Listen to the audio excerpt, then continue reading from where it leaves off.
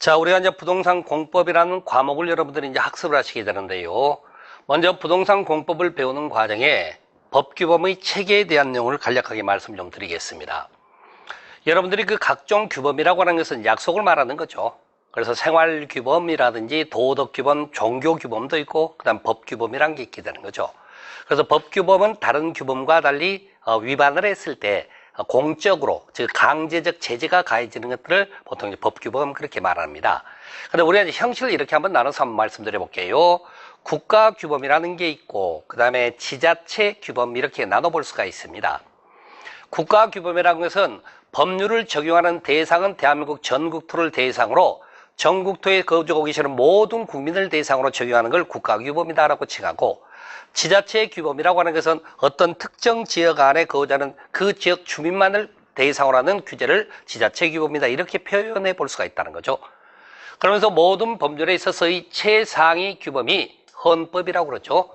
그래서 헌법이라고 하는 것은 국민이 재정의 주체가 되고, 그러고 나서 이제 그 내용상으로 봤을 때는 통치 구조와 기본권 보장에 관한 내용을 담고 있구나 이렇게 말하는 거죠. 통치 구조라고 하는 것은 우리 대한민국은 대통령제 국가라고 그러죠. 예를 들어 뭐 영국이나 일본 같은 경우는 의원, 내각제 그렇게 말하는 건데 삼권 분립 체제로 되어 있는 걸 통치 구조라고 하는 거죠. 그다음에 이제 기본권 보장에 관한 내용이 선언이 되어 있는데, 우리가 지금 배우는 게 부동산이라는 걸 배웁니다. 움직이지 않는 재산을 칭하여 부동산이라고 칭하는 거죠. 그러면 그 부동산이라고 하는 것 자체는 바로 재산에 관한 내용이에요. 그래서 헌법 제23조에 재산권에 관한 일반 원칙이 선언이 되어 있다는 거죠. 그래서 이제 그 내용을 살펴보시게 되면은 23조량의 재산권 보장, 즉 사유재산 보장 제도가 원칙으로 선언이 되어 있고, 그러면서 이렇게 보장된 재산권이라 하더라도 행사를 함에 있어서는 공공복리 적합성이라고 그러죠. 공공복리란 단어를 복잡하게 받아들이지 마시고요, 다수의 이익이라고 생각하시면 돼요. 그러면 다수의 이익을 위한 권리 행사를 인정한다면 반대로 소수자의 희생을 보이지 않게 강요하는 그런 내용도 보이지 않게 담고 있다고 이해하셔야 되겠죠. 그 다음에 이렇게 보장된 재산권이라 하더라도 제한을 함에 있어서는 공짜는 없습니다. 정당한 보상을 하고 제한하라, 이렇게 헌법상의 재산권에 관한 일반 원칙이 선언되어 있고, 헌법의 근거를 두고 헌법의 위임을 받아 국회에서 제정하는 것을 법률이라고 얘기를 합니다. 그런데 법률은 우리가 형식 논리상으로 사법과 공법으로 구별이 가능하다는 거죠.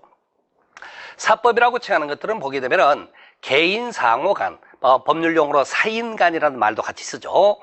사인 간에 있어서 이 수평적 법률 관계를 규율하는 것을 사법적 시각에서 우리가 다루게 되는 거죠.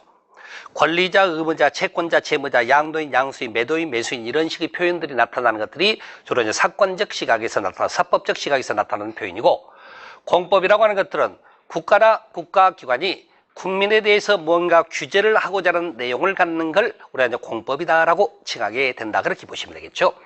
그래서 국가가 국민을 규제하려다 보니까 수직적 관계, 보통 이렇게 표현하는 거죠. 상하의 관계가 형성되어 있는 거예요. 법률행위 가능한 관원총 속에. 그런 관계에서 우리가 법률을 배운다는 얘기는 법률 자체의 구성이 이렇게 돼 있죠. 법률 요건과 효과로 구성되어 있다고 그러죠. 요건이라고 칭하는 게 원인에 해당되는 거고, 효과라는 게 결과에 해당되는 겁니다. 그런데 사법적 시각에서는요, 모든 국민이 법을 알고 법률 행위하는 거 아닙니다. 법을 안다 손 치더라도 또 적법한 행위만 나는 게 아니에요. 그러다 보니까 원인과 결과가 그 중요성 정도가 대등하다는 거예요. 대등하다. 그런데 공법적 시각에서는 원인은요, 공법이란 법률 규정 안에는 위법하거나 불법하거나 부당하다는 것은 전제되어 있지 않습니다. 적법하고 정당하다는 전제에서 그 규제를 하기 때문에 원인 관계는 굳이 따지지 말고 그 효과만을 따지는 거예요. 효과만을. 우리가 이제 학습하는 과정에서는. 그래서 이 공법을 그 효과 부분에서 얘기할 때는 행위 제한이다, 그렇게 칭해 볼 수 있어요. 그러면 예를 들어 공법이라는 과목의 특성, 단순하게 공법이라는 과목의 부동산 공법을 가지고 얘기를 하는 겁니다. 특성이 뭐냐고 물어보면은 재산권에 관한 토지와 부동산, 토지와 건축물에 관한 행위 제한에 관한 내용을 담고 있는 법률이구나, 그렇게 이해하셔도 결코 틀린 부분, 틀린 표현은 아닙니다. 그래서 공법이라는 과목에 대한 내용을 배우시게 되고, 그 다음에 국회가 법률을 제정할 때는 일반 규정일 뿐이에요. 법을 실제 집행하는 거죠. 집행은 행정부라고 그러죠. 행정부. 행정부가 집행하는 과정 속에 일반 규정에 따른 구체적이고 세부적인 내용을 가지고 있죠. 바로 그것을 우리가 이제 명령의 형태로서 제정을 하게 되는 겁니다. 그랬을 때 대통령 명령을 시행령이라고 칭하고, 그 다음에 각부 장관들이 바라는 명령을 시행규칙이다라고 칭한다는 거죠. 그럼 예를 들어 여기 보시렵니까? 국토교통부령, 그런 식으로 표현이 나타나게 된다는 거죠. 근데 주로 그 시행규칙은요, 서식에 관계되는 내용을 많이 담고 있어요. 그렇게 하다 보니까 실질적으로 시험 문제상으로 판단해 보면은 시행규칙에 해당되는 내용들은 출제 비중이 조금 낮습니다. 거의 없다고 보셔도 돼요. 전혀 안 나오진 않겠지만은. 그럼 일반적으로 우리가 그 시험을 보게 되면은 이 법률과 명령해서 법령이라고 그러죠. 이걸 가지고 법령이라고 칭하는데, 그 안에서도 보게 되면은요, 법률과 시행령의 그 출제 그 문항수의 그 비중을 보게 되면은 7대 3, 아니 많으면 8대 2 이렇게. 그럼 결론적으로 법률의 내용, 법률의 조문을 가지고 거의 시험을 내구나라고 이해하셔도 틀린 부분은 아닙니다. 그래서 이제 시행령은 그 대통령 법률상에서 대통령령으로 정한다고 했었을 때 그 구체적 내용을 갖고 있는 것을 보통 이제 시행령이다 또는 대통령령이다 그렇게 칭하고 있구나, 그렇게 이해하셔도 좋습니다.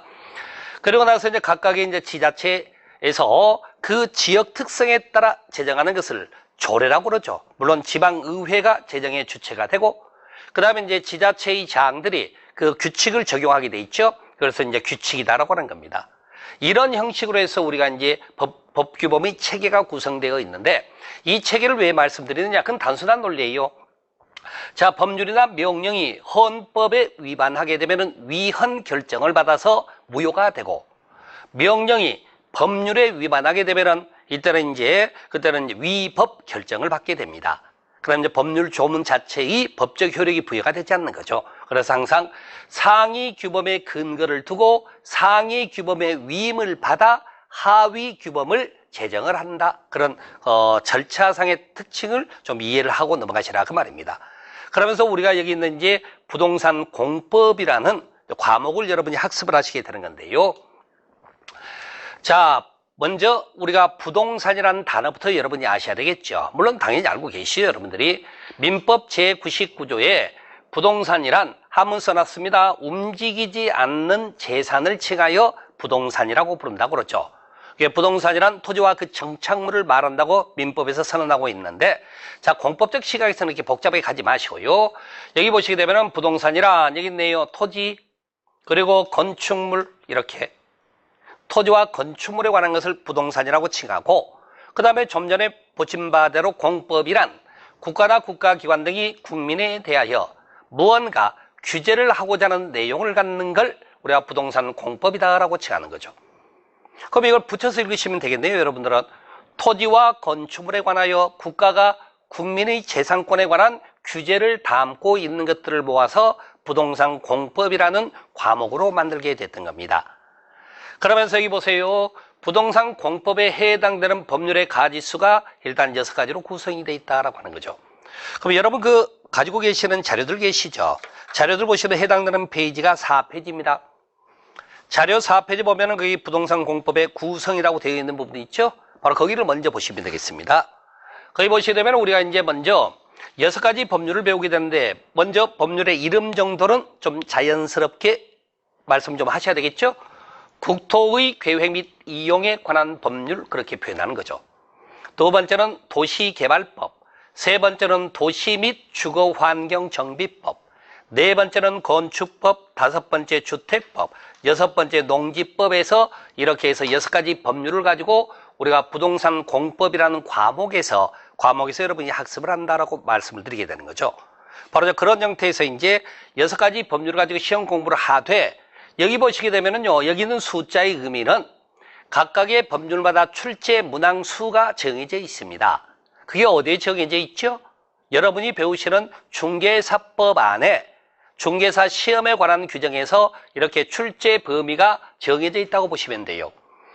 그래서 30%, 개발법, 정비법에서 30%, 건축, 주택, 농지법 40%에서 총 40문제를 출제하게 되어 있는데,